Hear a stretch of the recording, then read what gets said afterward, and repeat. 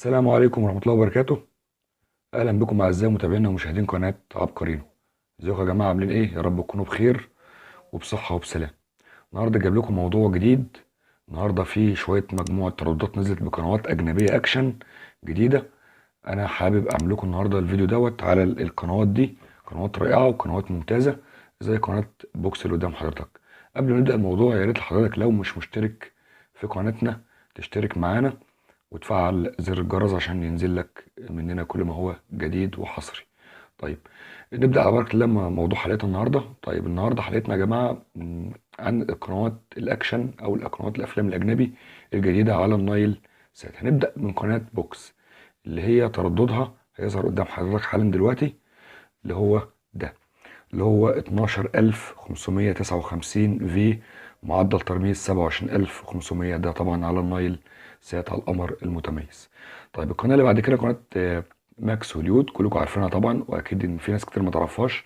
قناه رائعه وجودتها ممتازه جدا، ودايما القناه دي بتعرض افلام مميزه ومشوقه، وصورتها جودتها ممتازه جدا، تنافس القنوات الكبيره زي الام بي سي اكشن و2 وماكس. يعني قناه ممتازه جدا، والفواصل بتاعتها بسيطه جدا، ودايما حتى في الفواصل بتعرض الافلام زي ما انت شايف كده اللي هي تعرضها. طيب، القناه دي انا انصحك انك تتفرج عليها لان قناه مميزه وجميله جدا. زي ما انت شايف كده قناه وشعارها التجاري وعلامتها التجاريه زي ما انت شايفها كده، وادي ترددها اللي هو 11482 اتش على معدل ترميز 27500. دي قناه ممتازه ومتميزه.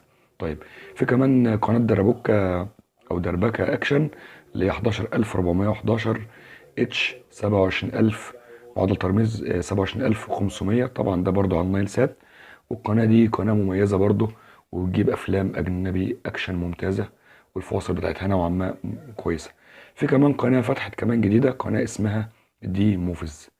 القناه دي برضو اهيت، ده شعارها طبعا زي ما انت شايف كده، وادي ترددها. قناه جديده برضو ل 10877 في، معدل ترميز 27500.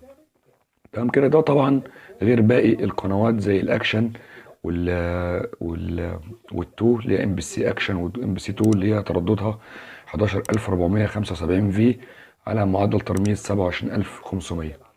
طيب، ده كان جديد على النايل سات. ده طبعا غير دبي 1 اللي هي الاتش دي واللي هي الاس دي. طبعا القنوات اللي عدت دي كلها يا جماعه اس دي، تمام، اللي هي سواء كانت هوليود ماكس او قناه بوكس الجديده، او كل ده اس دي، او درابوكا او نجوم هوليود او قناه دي موفيز الجديده، كل ده اس دي. طبعا اي ريسيفر هيستقبلها. لكن في قناه مثلا متميزه زي قناه دبي 1 دي اتش دي، وفي منها التردد العادي اللي هو الاس دي. تمام كده. طيب، تردد دبي 1 اللي هو 12417 اتش، معدل ترميز 27500. اما بالنسبه للاس دي بتاعتها فهي 12415 اتش، معدل ترميز 27500.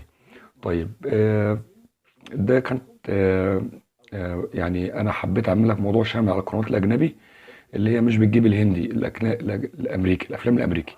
طيب، احنا قلنا قنوات جديده زي قناه بوكس، وده موضوع حلقتنا النهارده يا جماعه. ده قناه متميزه، وقناه نجوم هوليود القناه الرائعه المشوقه، صورتها ممتازه وافلامها متميزه وفواصلها بسيطه.